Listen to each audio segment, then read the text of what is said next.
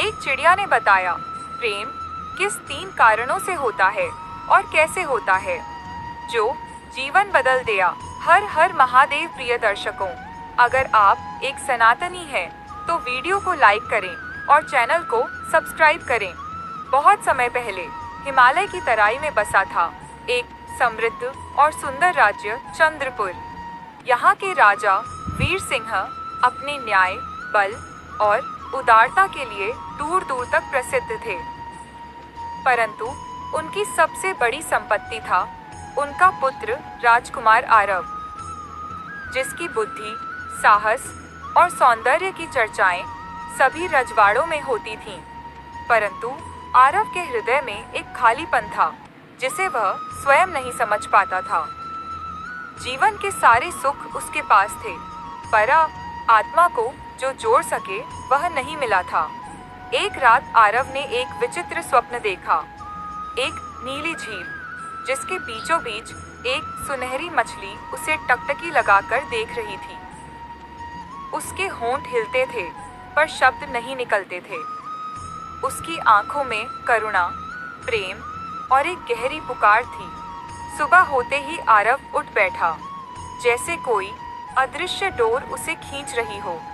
उसने अपने प्रमुख मंत्री से पूछा, क्या हमारे राज्य में कोई रहस्यमयी झील है? मंत्री ने बताया कि चंद्रपुर से कुछ योजन दूर एक पुरानी सुनसान झील है, निर्झर झील, जिसे लोग अभिशप्त मानते हैं। कोई वहां नहीं जाता। आरव अकेले घोड़े पर सवार होकर निर्झर झील पहुंचा। झील के पास पहुंचते ही हवा का रंग ही कुछ बदल गया। पेड़ हिलने लगे, जल की सतह पर लहरें खुद से बनने लगीं। तभी झील में कुछ हलचल हुई और उसी स्वप्न जैसी सुनहरी मछली दिखाई दी। आरव ने धीमे स्वर में कहा, क्या तुम वही हो जिसे मैंने स्वप्न में देखा? मछली झील से ऊपर उठी और उसका शरीर थोड़ी देर के लिए आधा मानव रूप में बदल गया। हाँ राजकुमार, मैं हूँ नीरवाणी, जललोक की राजकुमारी। एक श्राप ने मुझे इस रूप में बांध दिया है। नीरवाणी ने बताया कि जललोक पर एक दुष्ट जल दैत्य ने हमला किया था। उससे बचने के लिए उसकी माँ रानी अंबुजा ने उसे पृथ्वी पर एक झील में छुपा दिया, लेकिन दैत्य ने शर्त रख दी, जब तक कोई मानव राजकुमार निस्वार्थ प्रेम करके तुम्हारे इस रूप में भी तुमसे विवाह नहीं करता, तुम इस जल में कैद रहोगी। इसके बाद आरव हर दिन उस झील पर आता। कभी वह नीरवाणी को धरती की बातें बताता, चांदनी रातें, किताबें, संगीत और अपने मन के प्रश्न। कभी नीरवाणी उसे जललोक की गाथाएं सुनाती, लहरों का नृत्य, जलपरी, महोत्सव और चंद्रशिला की कहानियां। एक दिन नीरवाणी ने पूछा, तुम मुझसे रोज क्यों मिलने आते हो? आरव मुस्कुराया, मुझे लगता है मैं पहली बार जी रहा हूँ। धीरे धीरे आरव का हृदय बदलने लगा।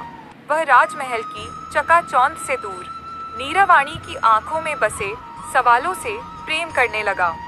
जब आरव ने विवाह की बात दरबार में रखी तो सब व्याकुल हो उठे। मंत्री बोले, महाराज, यह क्या मजाक है? एक मछली से विवाह? राजा वीर सिंह ने बेटे से कहा, तू राजकुमार है, तुझे राज्य चलाना है, खेल नहीं। पर आरव अडिग था।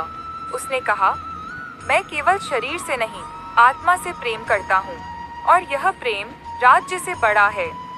राजा ने अंतिम निर्णय आरव के हाथ में छोड़ा, पर शर्त रखी, यदि तू एक पूर्णिमा तक अपने निर्णय पर अडिग रहा तो हम विवाह की अनुमति देंगे।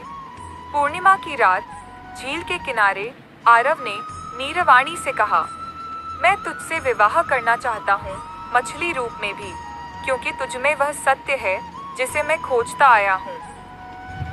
नीरवाणी की आंखों से आंसू बहने लगे। झील का जल उबलने लगा और आकाश में बिजली कड़क उठी। अचानक नीरवाणी का शरीर एक तेज प्रकाश से घिर गया। देखते ही देखते वह एक अप्सरा जैसी सुंदर युवती बन गई।